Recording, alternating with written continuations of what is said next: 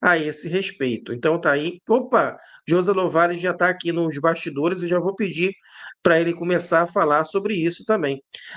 Josa, aí, o Joseph chegando aqui mais uma vez, muito obrigado, Joseph, por estar aqui. Espero que agora você continue, né, na nossa live sem se como das outras vezes. Eu já peço para você se apresentar, né? Claro que sempre tem uma audiência rotativa, pode ser que que estão assistindo aqui pela primeira vez e ainda não te conhecem, e depois você poderia começar a falar, se possível, sobre esse atentado, né? Esse novo atentado aí que matou mais um general russo lá em Moscou, e depois você continua com os temas que você escolheu para a live de hoje. Eu estou com muita saudade de falar com você. Pode falar, pode começar, Josa. Bom, boa noite a todos, né? Semana passada eu dei uma, também tive problema com a energia, mas acabei entrando na live com o Potinho, você não estava presente, né? Acabei conversando um pouquinho com o pessoal, mas ainda assim, claramente, que não foi como eu gostaria. Espero que hoje as coisas sejam normais, né? Embora muitas chuvas estejam acontecendo aqui na região onde eu moro. A gente vive uma situação muito complicada em São Paulo, uma vez que houve a privatização aqui do serviço de água, né? A Enel adquiriu, né, praticamente aqui a distribuição, e é uma vergonha, né? Era uma empresa que lá em Goiás tinha muitas reclamações, era recordista, naquele momento parece que era recordista mundial, dentre todas as empresas, né, que prestam serviços equivalentes no mundo inteiro, né? E havia um relatório que foi indicado, levado ao Dória, né, governador na época, para que ele não aceitasse a presença da Enel ali naquele, a gente pode até chamar de leilão aquilo, né? É um leilão para entregar, quem paga mais leva as riquezas, leva aqui um serviço tão essencial. E, curiosamente, a Enel não somente não foi afastada do processo, como ela ganhou, né? O que é bastante estranho. Outro ponto também é que o governador atual, ele não exige que a Enel faça todos os ajustes no sistema que são necessários, né? A chamada manutenção. Ela mandou 56 bilhões para a Itália como lucro no final de 2024, né? E grande parte desse lucro foi o dinheiro que ela não aplicou na manutenção. E no contrato está colocado que o governador tem o direito de bloquear o envio desse dinheiro caso a empresa não faça a manutenção. Então, eu queria saber por que o governador atual de São Paulo, né, ele não faz esse bloqueio. Né? Então, assim, a gente suspeita, né? A gente suspeita que a bandidagem é muito maior no mundo do que a gente imagina, né? Mas, enfim, deixamos isso de lado. Bom, aqueles que não me conhecem, eu tenho um canal chamado Ponderações por Jogos Novares, que trata de geopolítica, essencialmente, né? Há 2 anos no ar, também tem um canal sobre futebol, que é outro assunto, que é um canal antigo, que já falo, enfim, a partir do qual eu comecei meu trabalho no YouTube, a partir de várias pesquisas, várias viagens que eu fiz para os países da América Latina, né? Bom, sobre a questão do atentado, esse general, ele estava sendo, evidentemente, ele estava sendo estudado ali pelos terroristas, né? Há uma intenção por parte dos serviços secretos ligados à Ucrânia, pode ter sido, por exemplo, o serviço secreto britânico, pode ter sido o serviço secreto da Ucrânia, né? Pode ter sido outro serviço secreto. O fato é que eles estão, na verdade, todos trabalhando em conjunto para gerar problemas para a Rússia, né? E os generais, na verdade, são grandes, né? São de grande importância para o comando militar da Rússia, né? E eles acham que podem danificar, né, fragilizar a Rússia se acabar com a vida desses generais. Então, na verdade, hoje todos os generais de importância da Rússia, eles estão sendo investigados por esses terroristas, né, por esses grupos, né? Enfim, cuidados são levados muito a sério em alguns pontos, em relação a alguns generais, e em outros casos a gente percebe que não. Necessariamente parece que. O que se sabe neste caso aí é que, aparentemente, né, o problema passa muito pelo próprio general, que em geral, acredita que não há tanto problema assim, né, e acaba se descuidando um pouco, né? Então, é um pouco isso daí. É mais um, né? Claramente que já há uma investigação em curso para saber quem são os responsáveis, né? Agora, evidentemente que isso aí não muda nem um pouco a guerra, né? O que está acontecendo no terreno. O que isso, na verdade, nos indica é que, de fato, nós temos hoje um Estado terrorista no mundo, que patrocina o terrorismo como nenhum outro. Não tem nenhum outro Estado no mundo que patrocina tanto o terrorismo como a Ucrânia. A Ucrânia virou um Estado terrorista, né?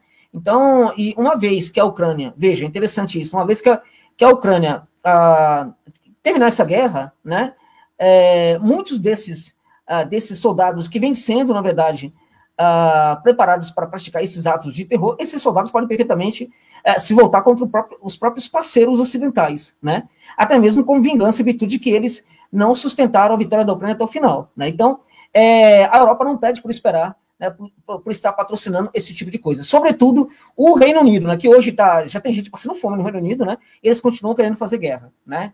Então, é lamentável. Agora, como eu disse, isso não muda de forma nenhuma o que está acontecendo no terreno, né? E o que acontece no terreno é um negócio, assim, espantoso, né? A cada dia, a cada semana, a cada mês, a cada semana, a cada dia, o que a gente percebe é que se aprofunda a derrota dentro da derrota, né? Para a Europa, para a Ucrânia e para a OTAN. E a gente percebe também que se aprofunda a vitória da Rússia sobre a vitória, né? Uma vitória cada dia maior dentro da grande vitória. É isso que está acontecendo. É claro que a Rússia perde soldados ainda. É claro que a Rússia perde, eventualmente, tem alguns problemas, tem danos que precisam ser sanados ali no seu complexo energético em virtude dos ataques da Ucrânia e tal. Mas, no geral, isso não é absolutamente nada para a guerra. Esses ataques ao complexo energético da Rússia, né, assim como esses atentados aos generais, isso aí não muda absolutamente nada na guerra. Até porque, né, os generais da Rússia, o que mais há na Rússia é general, né? E lá na Rússia, quando o general ele sai um pouco da linha, né? Independente da importância dele para o comando militar, ele vai para a cadeia, né? Tem vários generais que estão sendo presos, né? Por quê? Porque na Rússia não se admite que o militar, entenda isso, olha só, não se admite na Rússia que o militar pratique corrupção. Quando ele é pego, ele pode ser o que for, pode ter a patente que for, ele vai para a cadeia, ele é preso, né? Imediatamente ele é preso.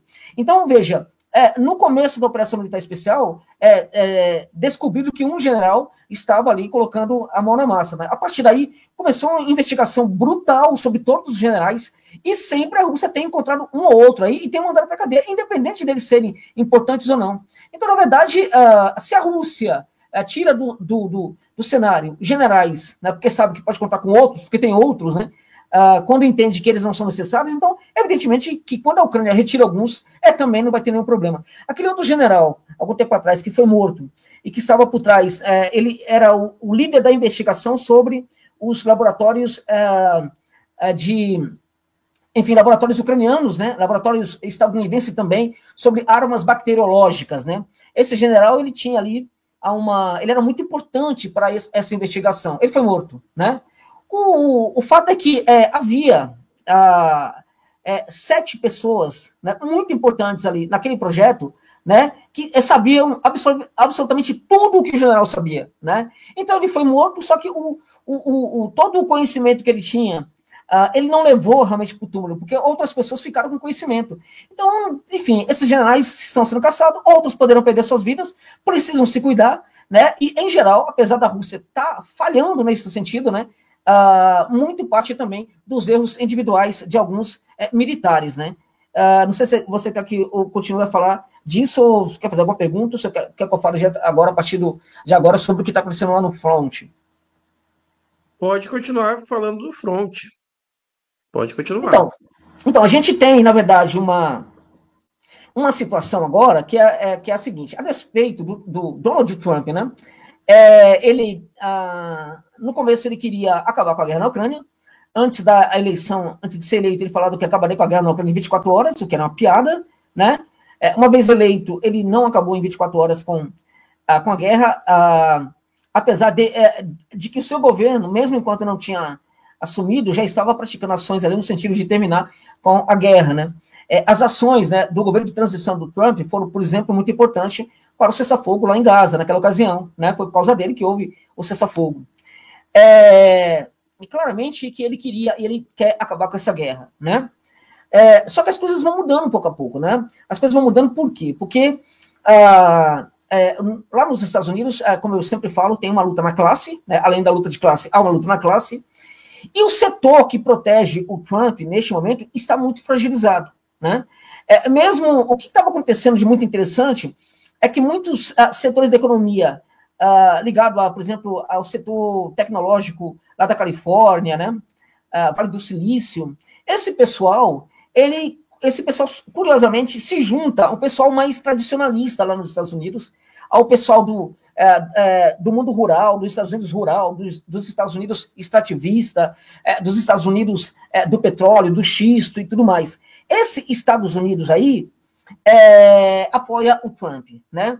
Então ele ganha um grande apoio, né, quando o pessoal do Vale do Silício, que em teoria deveria ser contra ele, passa a apoiá-lo, né? Então ele se fortalece muito.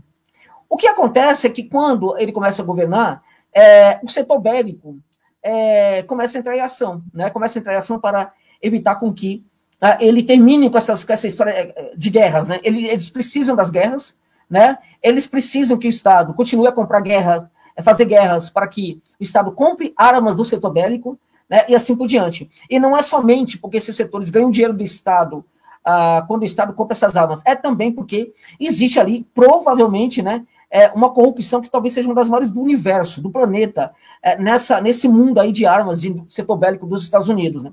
Então, muita gente pede dinheiro se os Estados Unidos se decidirem a não fazer guerras mais no mundo. Então, veja, havia muito lucro com a guerra na Ucrânia, começou a haver muita pressão, né? Alguns setores começam, na verdade, a tirar o apoio do Trump, em virtude de que o setor bélico começa a interferir bastante junto a outros setores lá da economia estadunidense.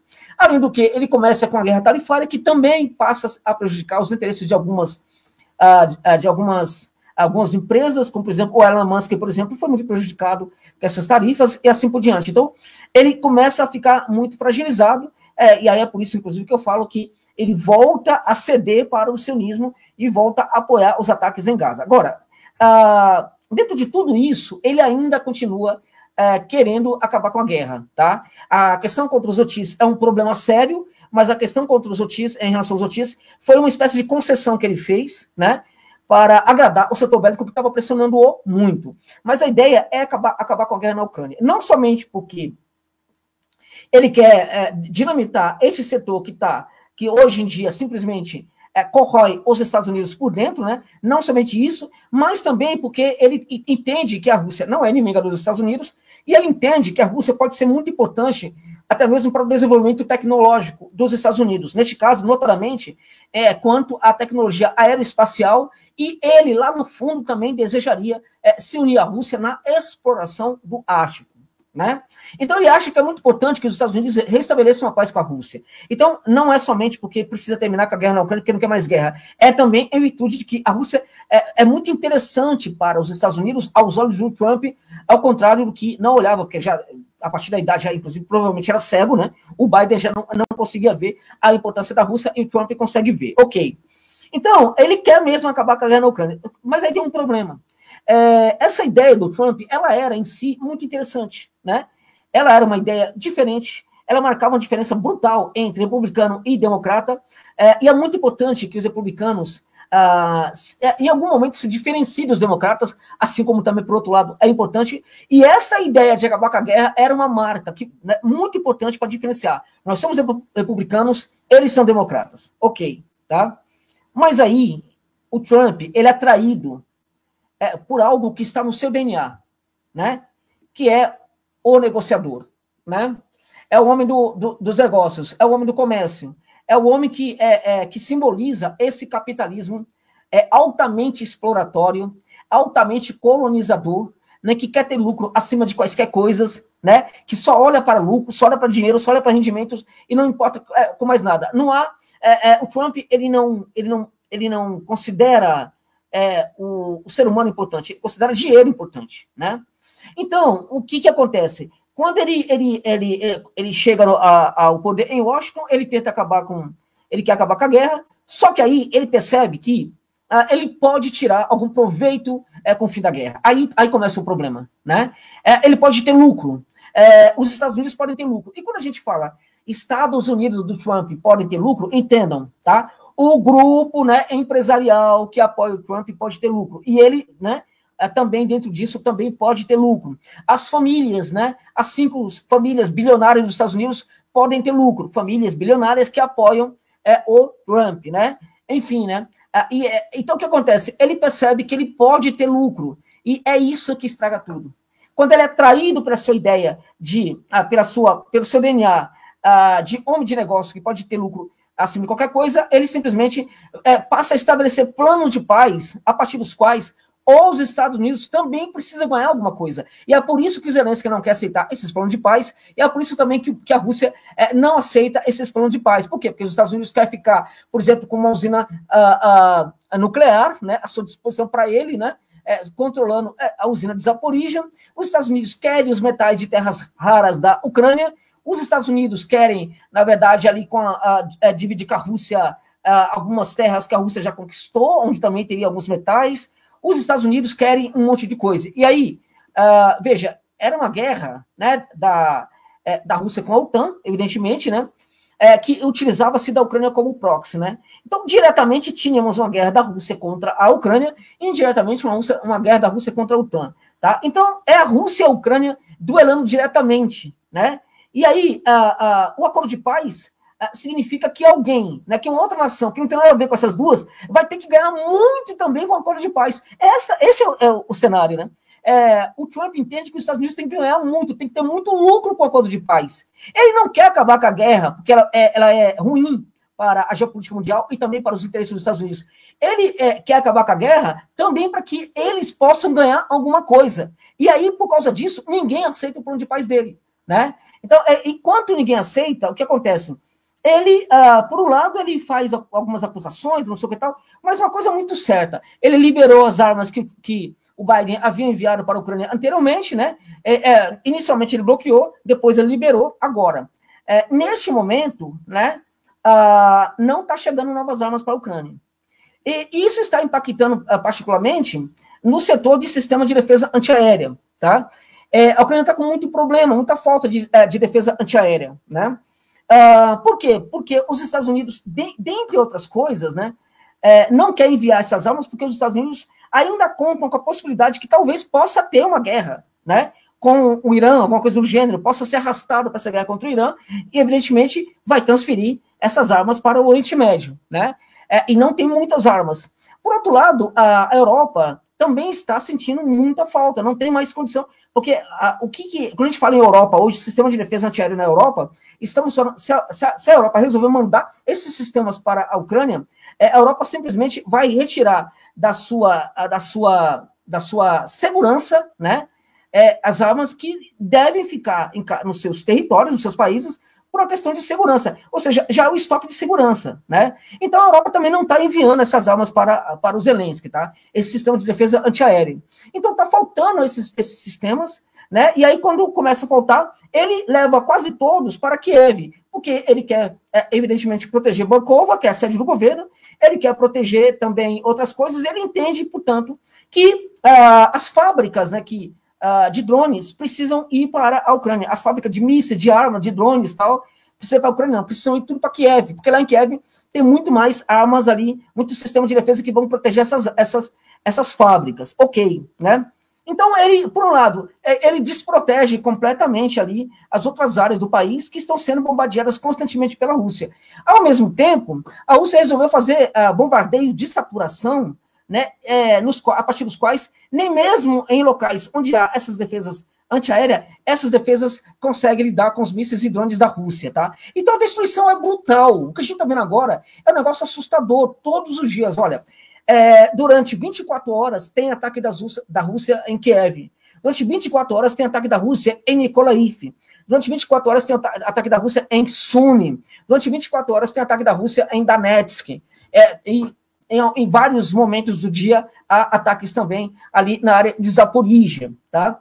24 horas, não há mais momento. As sirenes na Ucrânia estão tocando durante o dia inteiro. Os ucranianos estão ficando malucos já com essa história, né? Porque a sirene em alguns lugares não para mais, né? Ela para, ela volta, ela para, ela volta. Às vezes, né, o negócio falha, inclusive, né? Há locais que a sirene já não está mais conseguindo ser acionada porque ela não está funcionando mais, né?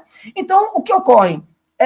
Começa a haver uma destruição massiva de fábricas, né? Fábricas de drones, fábrica de armas, fábrica de mísseis, fábrica de tal, há uma destruição cada vez maior de especialistas estrangeiros, né, a OTAN resolveu mandar muitos especialistas para a Ucrânia para orientar os especialistas ucranianos em relação à fabricação de inúmeras armas, né? Então você tem lá, por exemplo, em Kharkov, você tem uma grande fábrica gigantesca em Kharkov, nem estou falando em Kiev, porque algumas fábricas não dava para você transferir.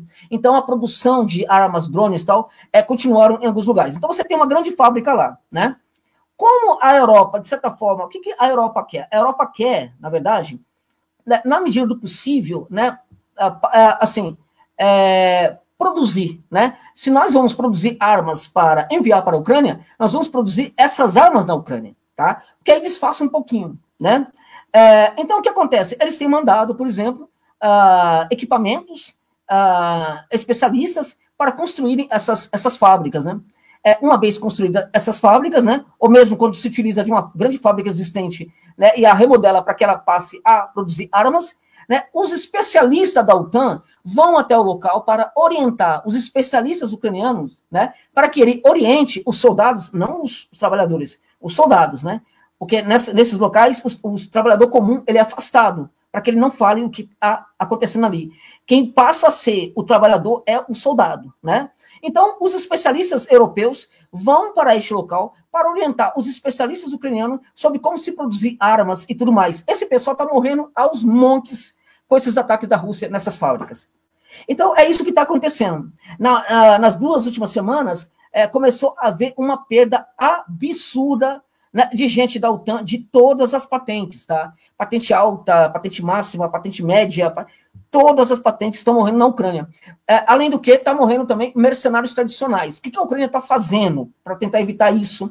Em alguns locais, onde especialistas, também mercenários, mas sobretudo especialistas, precisam ir orientar as tropas do Zelensky, porque tem um outro problema. Não estamos falando no primeiro exército da Ucrânia, no segundo exército da Ucrânia, no terceiro exército da Ucrânia, talvez já seja o 4º, 5º exército da Ucrânia. O que está faltando para a Ucrânia? Está faltando os chamados comandantes, né? Então, em muitas áreas, a Ucrânia precisa de comandantes, né, que venham da OTAN, por exemplo, né?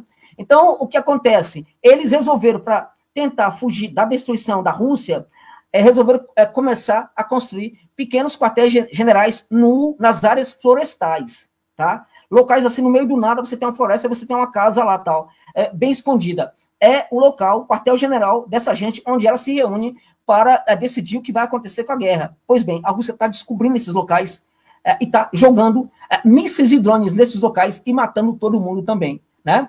Além do que, só para finalizar, a gente tem conquistas constantes de outros povoados, né?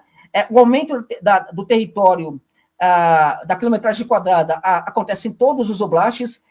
Eu venho falando já há algum tempo que a Rússia está aumentando o seu domínio sobre Kharkov, e agora isso ficou claro com um novo plano de paz que os Estados Unidos propôs para a Ucrânia e para a Rússia, a partir do qual a área em Kharkov, que hoje a Rússia já ocupa, que é maior do que a área que a Rússia ocupa em Sumi, essa área deveria ser devolvida para a Ucrânia. E claramente que a Rússia não vai devolver. Mas estamos falando, portanto, aqui, Eduardo, de que a Rússia tem uma zona tampão hoje em Sumi, a Rússia está prestes a fazer um ataque em Zaporizhia para tomar a parte de Zaporizhia que está com a Ucrânia, está prestes a atravessar o Dnieper para tomar, né, a Kherson, que está sob o controle da Ucrânia, né?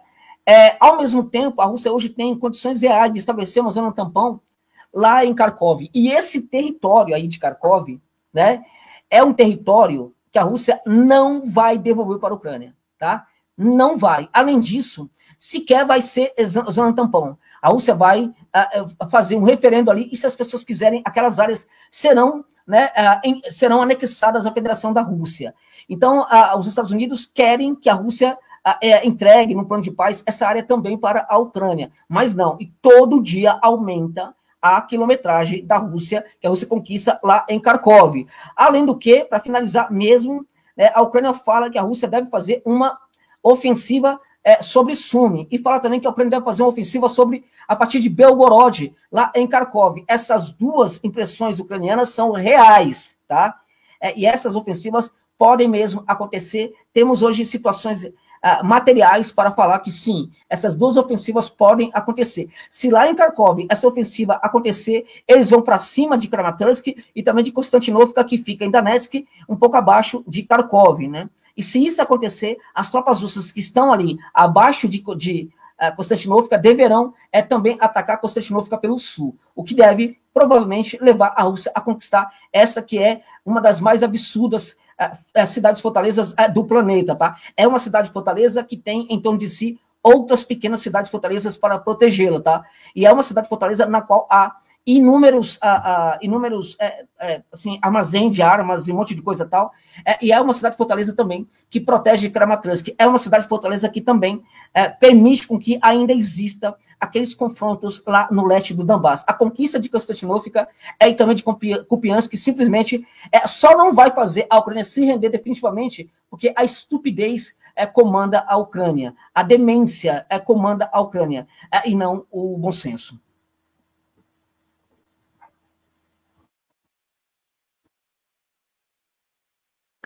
Entendi, entendi. Interessante você citar Kharkiv, né? Importante lembrar, eu que acompanho a guerra desde 2014, Kharkiv é uma das regiões ali que, por um momento, parecia que também ia se tornar uma república autoproclamada, né? Que o povo ali estava realmente muito revoltado contra o golpe de Estado. Eu lembro que tinha um vídeo que eu legendei que mostrava, não sei se o Josa chegou a ver esse vídeo, que mostrava que foi logo após o massacre de Odessa, né?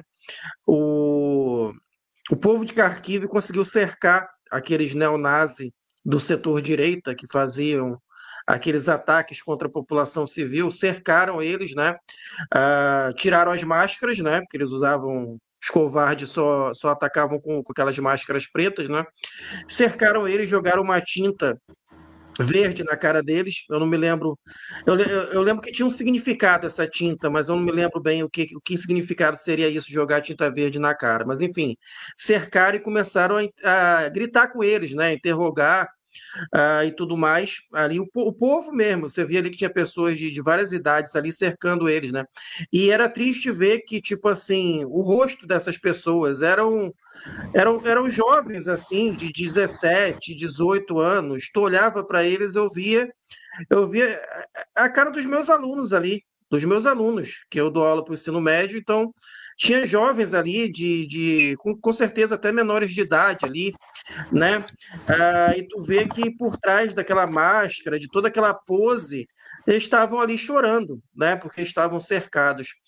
Infelizmente, eu não sei se eu tenho esse vídeo ainda, meu HD externo, felizmente, é, se danificou, né? E eu perdi esses vídeos, mas eram os vídeos assim que realmente o povo cercou eles ali, então parecia por um momento que Kharkiv iria também se tornar uma república autoproclamada que lutaria contra o golpe, mas não deu certo porque o exército ucraniano agiu mais rápido ali e conseguiu manter Kharkiv, né, impedir que Kharkiv se tornasse, ele criasse, vamos dizer, a sua milícia do povo de Kharkiv, né?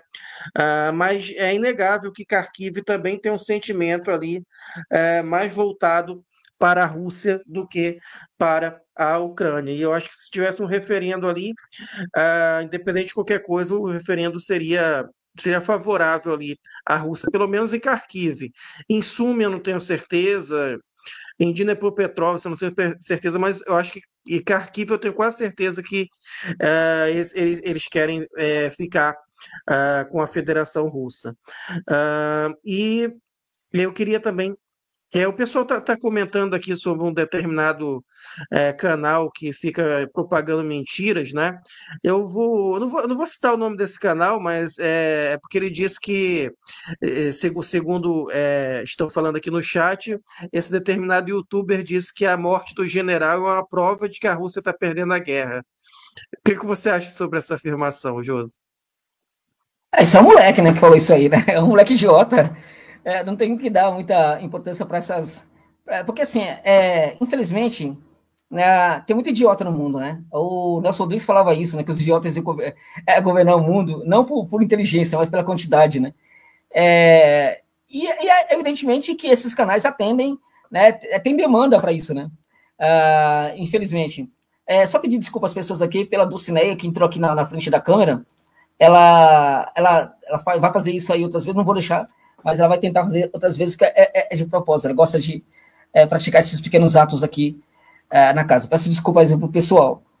Essa declaração aí assim, eu sofro muito para ter gente no meu canal. Tem 50 mil pessoas inscritas no meu canal.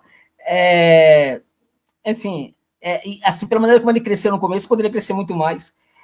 Mas tudo bem, tá ótimo, não tem nenhum problema, né? Estou muito feliz com esse público, mas é impressionante como tem canais aí que tem 500 mil, 700 mil, 800 mil, e em geral, né, não são canais, né, que tem uma tratativa com a guerra mais justa, né, não é um canal que faz uma abordagem da guerra mais justa, né, todos os esforços que algumas pessoas fazem, você tem um canal também, o seu canal, você faz um esforço também de dar as informações corretamente e tal, mas esse pessoal, enfim, fala o que quer, e tem muitos seguidores, né, enfim, é uma demanda. Então, eles existem porque algumas pessoas, né, querem, que ainda são russofóbicas, enfim, que ainda são pró-Ocidente, que ainda acreditam. Essas pessoas precisam desses canais, né?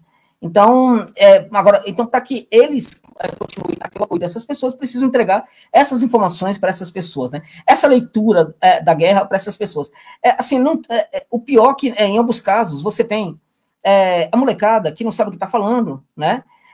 E é um problema, mas em alguns casos você tem gente que tem condições de fazer uma análise correta, só que é mal intencionada. Esses são piores. Esse certamente recebe financiamento. Tem não sei o que aí, doutor, não sei o que tal, que escreveu livros sobre como você deve se vestir, como você deve olhar, como você deve mirar para controlar o ambiente, não sei o que, como a voz tem que ser, com um tom de voz bastante leve, uma voz sempre na mesma tal, com o mesmo volume, aquela coisa toda. Olha a preocupação do cidadão, né?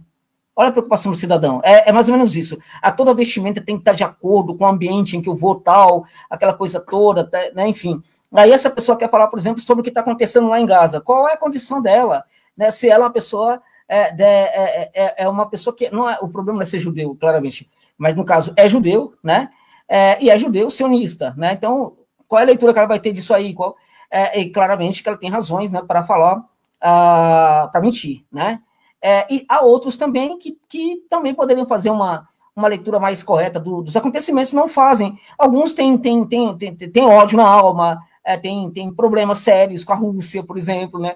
Acho que tem até um canal aí que era bastante importante, que resolveu fechar, né, as portas, parou de fazer a abordagem sobre a guerra, porque já não aguentava mais falar mal da Rússia, aí o mundo começou a contestar muito, tal, e aí começou a ter problema de achar que quem estava contestando era Rousseff, aí foi muito ataque de um lado e de outro, e parece que o canal fechou, né, também. Então, há alguns que são pessoas que têm condição de fazer uma análise correta, não fazem. Na verdade, por quê? Porque tem um problema, essas pessoas têm um problema, elas têm um lado, né? É o lado do império, né? É o lado da canalhada, né? O lado da vagabundagem, né? É o lado da cretinice, né? Que este é o lado. Hoje alguém que defende, né, um Estado sionista é um cretino, é um criminoso, é um colaboracionista, né? Este é um ponto. E aí, no caso daqueles que odeiam a Rússia, ficava inventando o tempo inteiro um monte de coisa. Por exemplo, uma novidade interessante que foi dito há algum tempo por esse moço aí, né?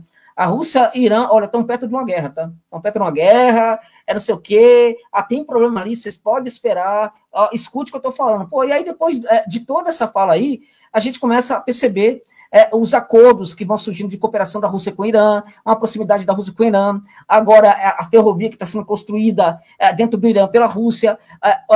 No dia de ontem para hoje, a Rússia acertou com o Irã, né, que na verdade é um capítulo da cooperação, acordos impressionantes, né, impressionantes.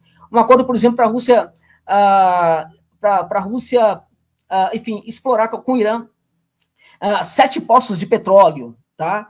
7 poços de petróleo, né? Na verdade, há um setor ali onde se sabe que tem petróleo, a prospecção ainda não foi necessariamente feita, a Rússia vai mandar suas máquinas para lá, vai fazer a prospecção, e ali vai ser construído um poço de petróleo e vai ser explorado pelos 2 países, tal, né? A Rússia também resolveu fazer um acordo com o Irã sobre o gás, né?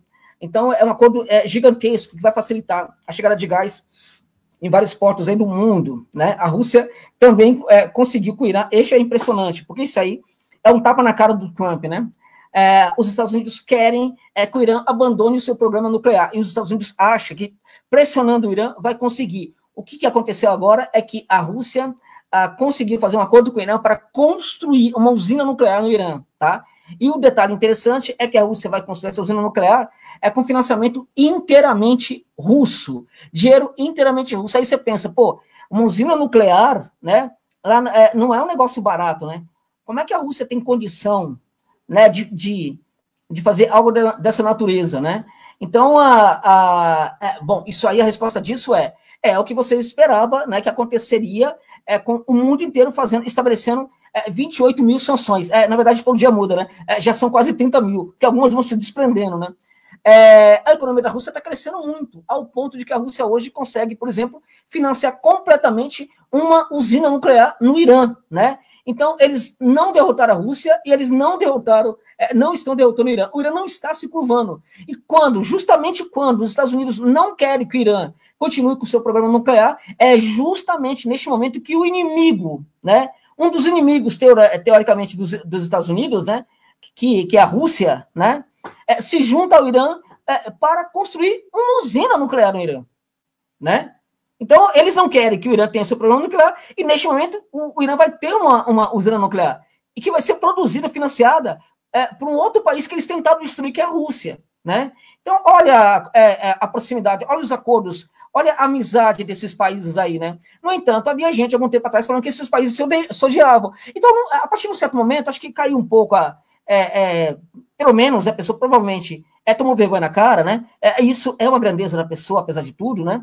E falou, deixa eu parar com isso aqui, porque eu já falei um monte de coisa que não tá funcionando mais, tá ficando feio para mim, e vou parar com esse trabalho aqui. Parou. É isso.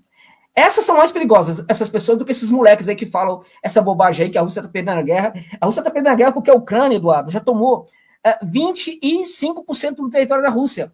A Ucrânia tá pertinho de Moscou, né? A Ucrânia já tomou a usina nuclear, né, de Zaporizhia, não, de Kursk, né? A Ucrânia a Rússia já perdeu 50% da sua população desde o começo da operação militar especial, né? 50%, né, simplesmente da população.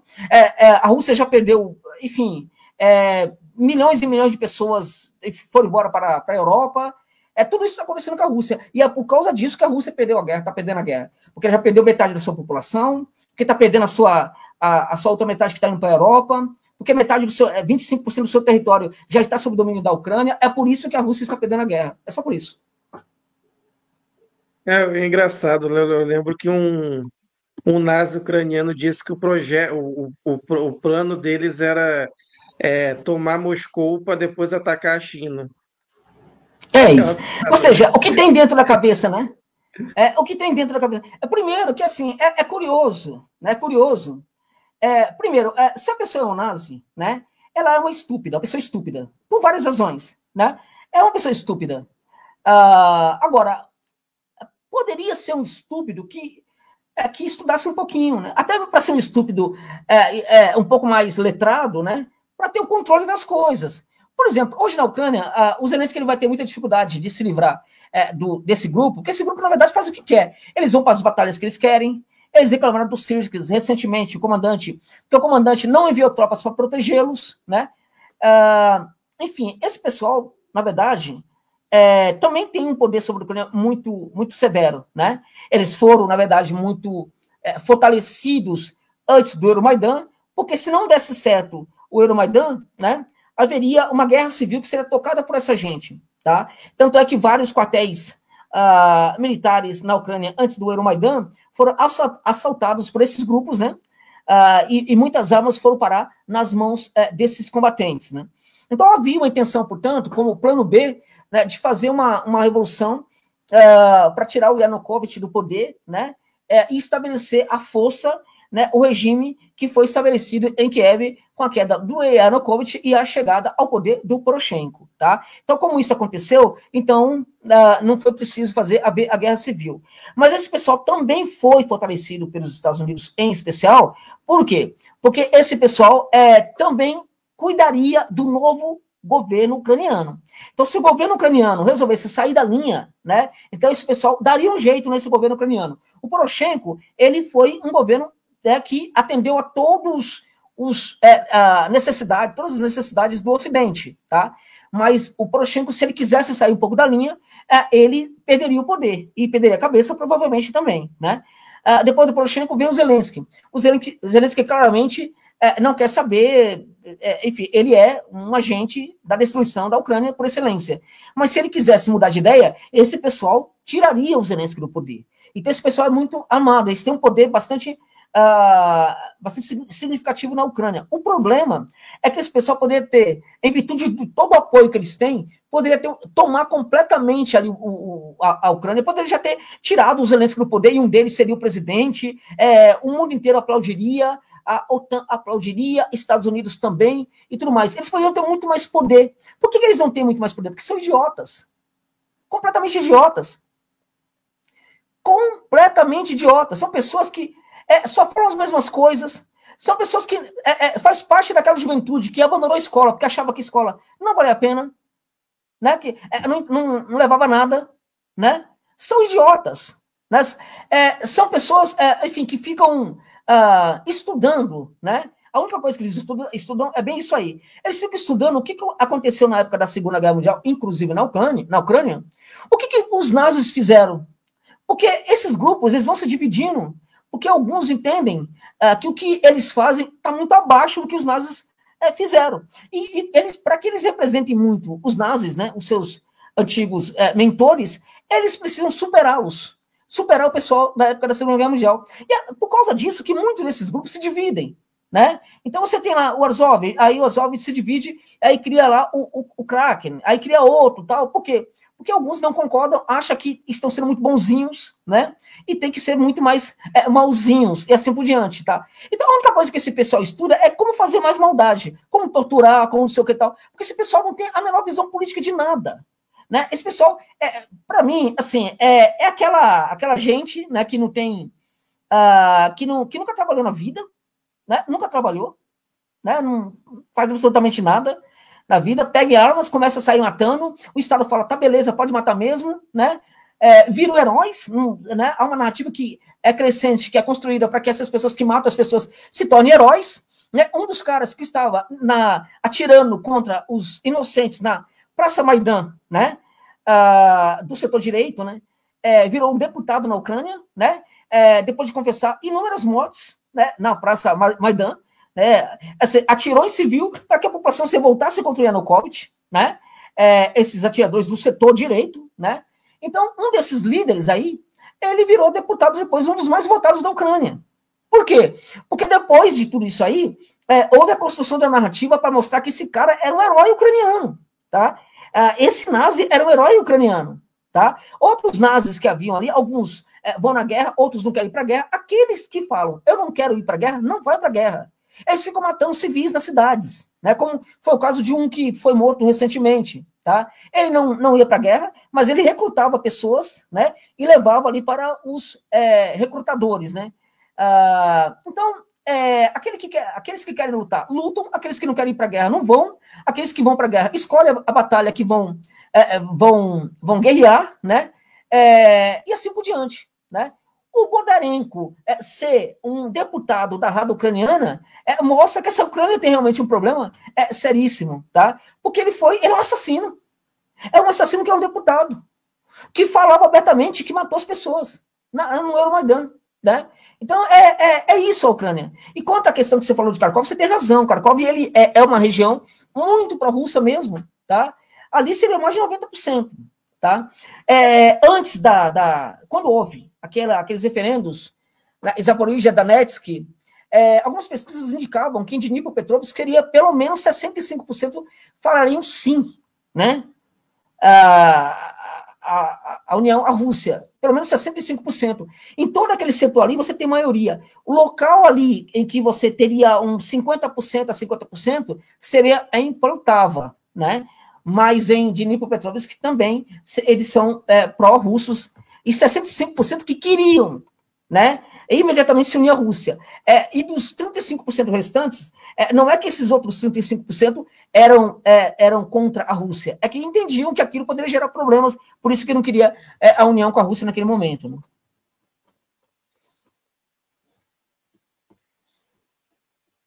Entendi. E o Cibiches Lopes perguntou, caro José, Odessa, a Rússia vai deixar barato? Você, na sua opinião, você acha que tem possibilidade da Rússia desistir de Odessa num acordo ou não? Se você acha que a Rússia aos poucos vai chegar até Odessa?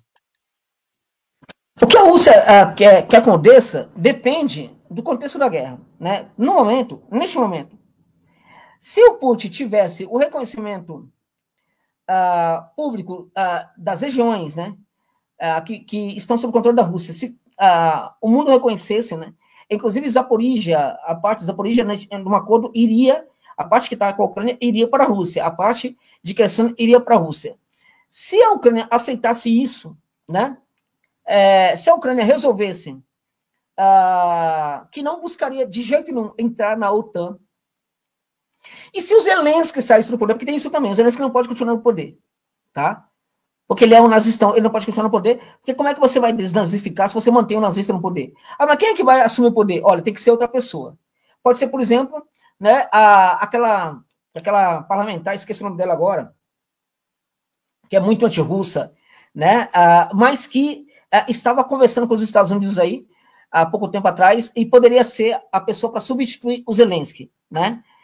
Poderia ser essa pessoa. Ela também odeia a Rússia, mas ela odeia a Rússia, mas entraria em Bakova, né, para ser a presidente da Ucrânia, entendendo, né, que precisaria combater, por exemplo, os grupos e assim por diante. Né? Tudo bem.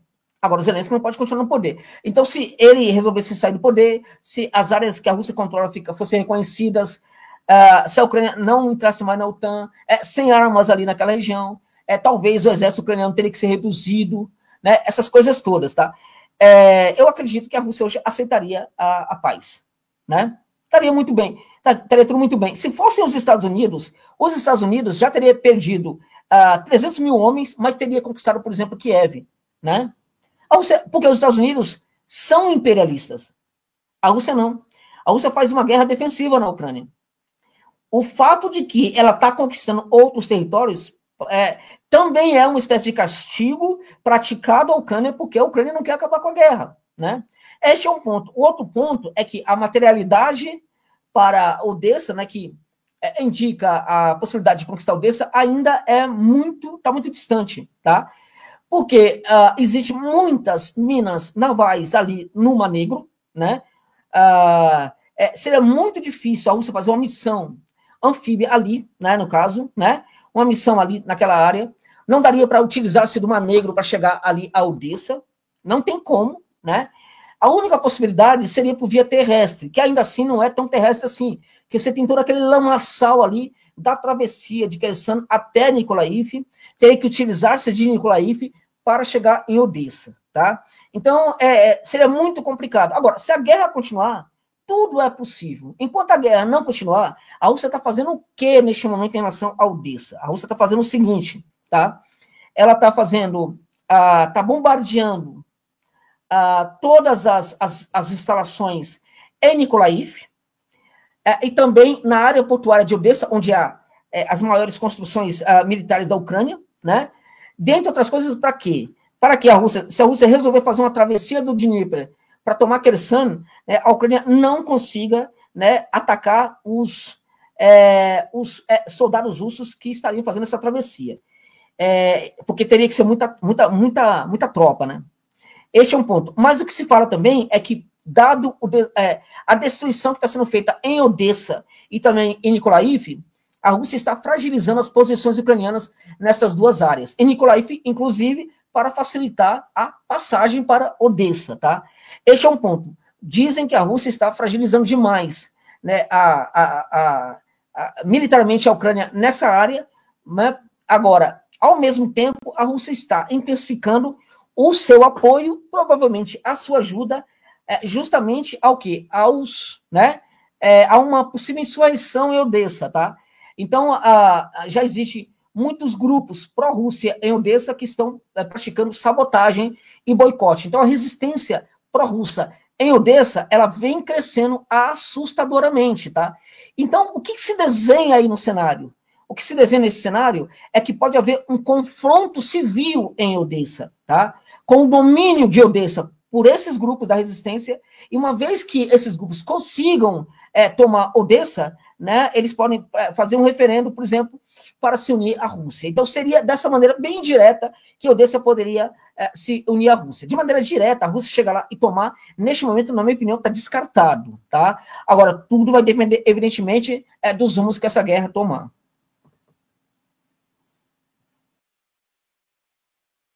Entendi. Bem lembrado dessa resistência em Odessa, né? Inclusive, alguns já chegaram até a justiçar alguns dos assassinos lá do massacre de Odessa, né?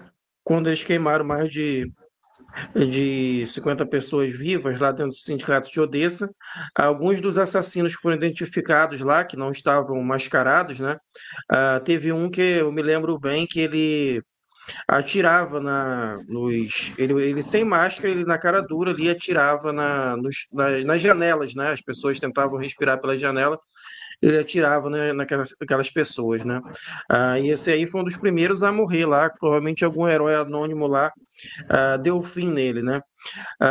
Mas agradeço muito e vamos aqui algumas perguntas do chat, muita gente perguntando aqui, ó, existe alguma denúncia em relação ao desvio de armas na Ucrânia, ou seja, para onde elas estão indo? Boa pergunta aqui.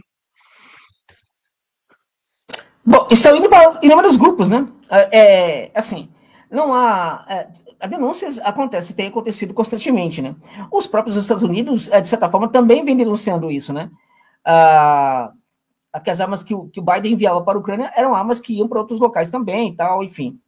O fato é que uma boa parte dessas armas vão para grupos jihadistas, né? Que podem, por exemplo, gerar bagunça numa Rússia, que pode gerar bagunça em outros locais do mundo, né? Podem estar indo para o Estado Islâmico, né? Agora, é muito interessante ter isso claro. Uma parte dessas armas pode estar indo parar nas mãos de grupos armados neonazis, né? Que depois vão se armar, né? E que podem, assim, converter a Europa num grande inferno quando a guerra terminar, né? Então, a Europa, neste momento, está comprando um grande problema, tá? Porque está se fomentando muito grupos, né, terroristas dentro da Ucrânia, tá? E não dá para você depois canalizar, né, os interesses desses grupos, por exemplo, apenas para os interesses do Ocidente, tá? Além do que, estamos falando de grupos que depois que a guerra terminar, qual vai ser a utilidade desses grupos, né? Eles foram patrocinados até agora pelo Ocidente, tá? Justamente porque eles eram vitais para esse projeto de ataque à Rússia, ataque à população da Rússia, para finalmente conseguirem uma guerra contra a Rússia. Uma vez que essa guerra acabe, né, esses grupos, eles não terão mais utilidade, né? Eles vão ser descartados, só que eles vão ser descartados armados, né? Eu diria que há uma hipótese de que esses grupos possam causar uma grande bagunça em toda a Europa, né? É isso. Em toda a Europa. Então, a dona França não pede por esperar, a dona Alemanha não pede por esperar, o Reino Unido não pede por esperar, e assim por diante, tá? Então, é muito provável que dentro do contexto de aumento da crise econômica e social na Europa, né, o problema da segurança também seja mais um capítulo dessa decadência europeia.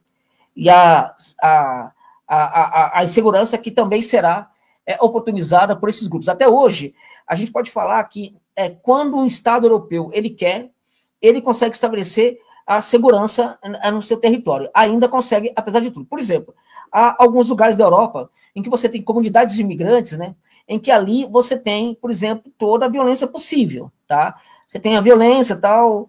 Agora, o que acontece é que, de certa forma, alguns Estados europeus, em algumas dessas situações, simplesmente estabelecem que aquelas áreas são áreas, né, que vão ficar sob controle, por exemplo, de um grupo político ligado àquelas minorias que estão ali naquela região, em geral, né, mafiosos, né? E aí, na verdade, esses chefes desses bairros, né, eles simplesmente comandam ali, eles determinam como é a segurança ali, como vai ser, por exemplo, enfim, tudo que você imaginar, eles fazem ali. Quando há mortes nesses lugares, essas mortes não entram nos números do Estado, tá? Em algumas situações, o atendimento a serviços sociais acaba ficando muito restrito a esses locais. E o atendimento, muitas vezes, acaba sendo muito de acordo com o que a pessoa tinha no seu país de origem. Então, por exemplo, se você tem uma comunidade ali em França, que era uma comunidade do Níger, essas pessoas no Níger não tinham sequer atendimento à saúde, naquele local também não vai ter atendimento à saúde. É mais ou menos isso daí, tá? O que acontece? Você tem violência sexual nesses lugares, ninguém fala nada. Você tem sequestro nesses lugares, ninguém fala nada. Por quê? Porque as pessoas que ali são sequestradas não são europeus, não são os franceses que são sequestrados ali, por exemplo, né? São pessoas dessa comunidade. Então, elas não entram nesses números, tá? Do Estado. Isso acontece muito na Europa, em vários lugares da Europa, tá? Hoje em dia. Enfim, eu não sei porque eu comecei a falar disso, mas o fato é que a existência desses locais, né, não gera uma grande insegurança na Europa, porque a insegurança ocorre somente ali. Por exemplo, se há um turista que está frequentando esse local, ele é identificado como turista e nada acontece com esse turista, porque senão seria chocante para o turismo do próprio país. Então, não se mexe com o turista. Mas as pessoas que vivem ali, elas têm uma vida de cão. Então, o Estado é um caso em que o Estado, ele simplesmente, não é que ele ignora aquela violência, ele faz de conta que ela não existe. Mas, de certa forma, ele tem um controle sobre essa situação.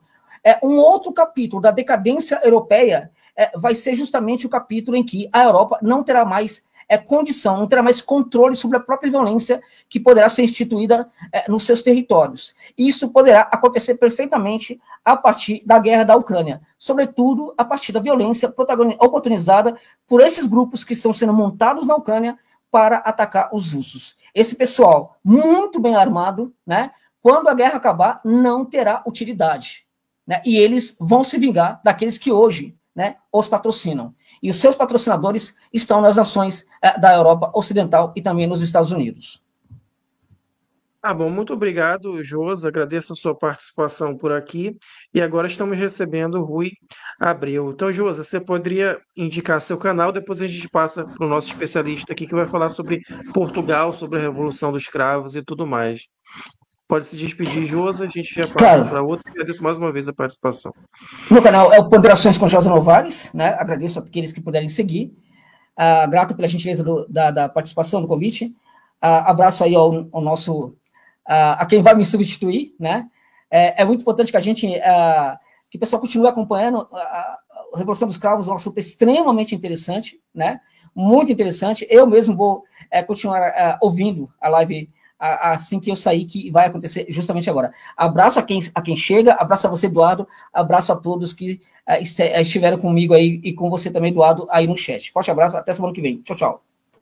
Um abraço. Abraço. Tchau, tchau. Um abraço.